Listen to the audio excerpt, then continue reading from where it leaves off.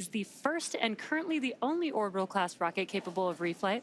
Starting at the top of the vehicle is the payload fairing, a protective shell that encases the payloads being sent to space today. Now, made up of two halves, the fairing will separate from the vehicle once Falcon 9 has climbed out of Earth's dense lower atmosphere.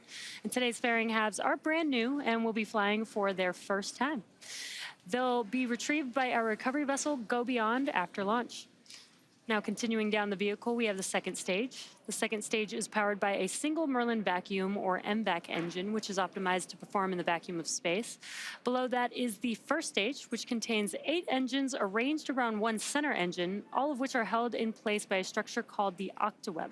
Now, each of these 9 Merlin 1D engines delivers about 190,000 pounds of thrust at sea level. The launch order sequence has started, which gives Falcon 9 a combined 1.7 million pounds of thrust during liftoff. The Falcon 9 first stage is also equipped with 4 landing legs that deploy to allow for a vertical landing on a drone ship or landing pad.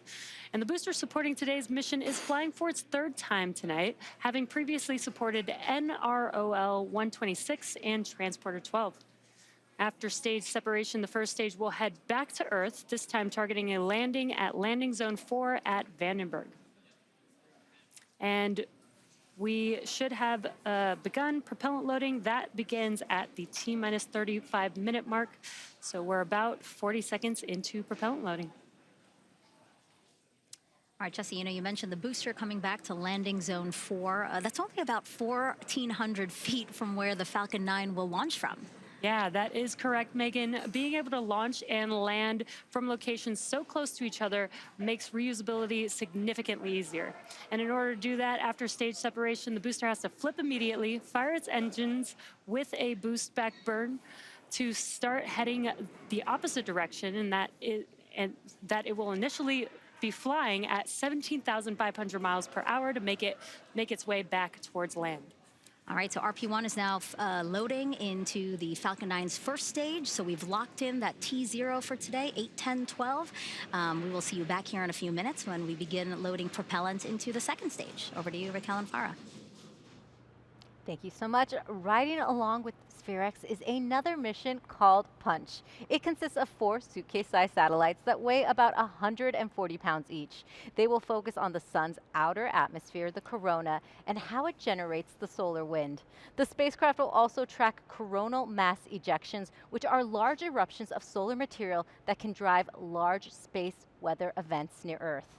The 4 satellites will spread out around the Earth along the day-night line, which enables the constellation to remain in constant sunlight as it creates a continuous, complete view of the corona and solar wind. 3 of the Punch satellites carry an identical wide field imager. The 4th Punch satellite carries a compact coronagraph, which will study the sun's corona and surrounding star field. All 4 cameras will be synchronized in flight so that the science team can combine their images into a 90-degree field of view.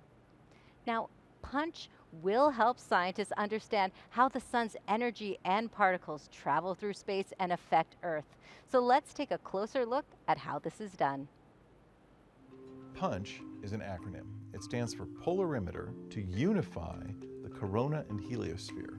The corona is the outer atmosphere of the sun. It's the part that is no longer gravitationally bound to the sun, and it has so much energy that it flows outwards, filling our solar system, and pushes against the interstellar medium, making a bubble, and that is the heliosphere. And this system of how the corona turns into the heliosphere is what Punch is trying to study. So PUNCH is fundamentally 4 cameras that work together to make composite movies.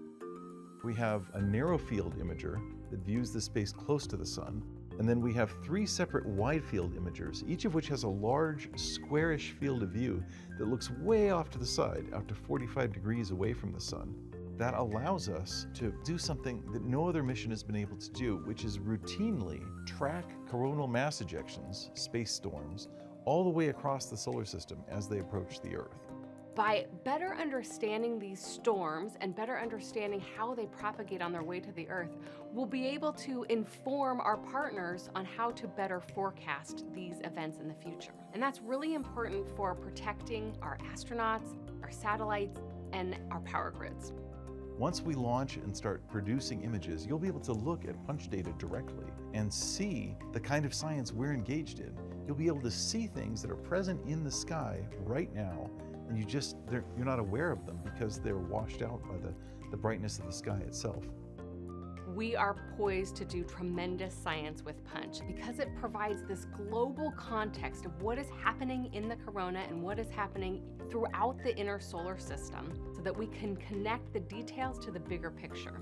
You might say that Punch is the next chapter in the study of heliophysics as we bring imaging and cross-scale understanding out so that we can develop a coherent understanding of the entire system that starts at the corona and extends out to envelop the planets themselves. To learn more about the Punch mission, just scan the QR code on your screen or go to science.nasa.gov/mission/punch. And with us now is Peg Luce, Deputy Director of NASA's Heliophysics Division. Great to have you join us. Oh, I'm so excited. Thank you. Yeah, let's start with a Punch question. Why are you interested in imaging the solar wind and the outer corona in 3D? So we are interested in seeing how the charged particles that come from the sun make their way all the way throughout the solar system, especially to Earth. As those particles come to Earth, they can cause aurora